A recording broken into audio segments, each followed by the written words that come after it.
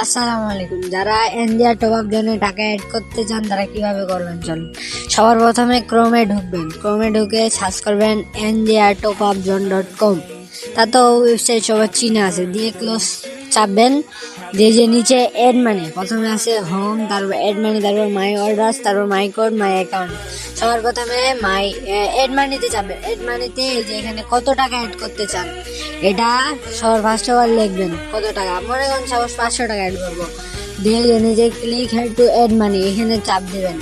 দিয়ে আপনি কিসের মাধ্যমে টাকা দিবেন, নগদ, বিকাশ, রকেট, উপায়, 4টা অপশন আছে।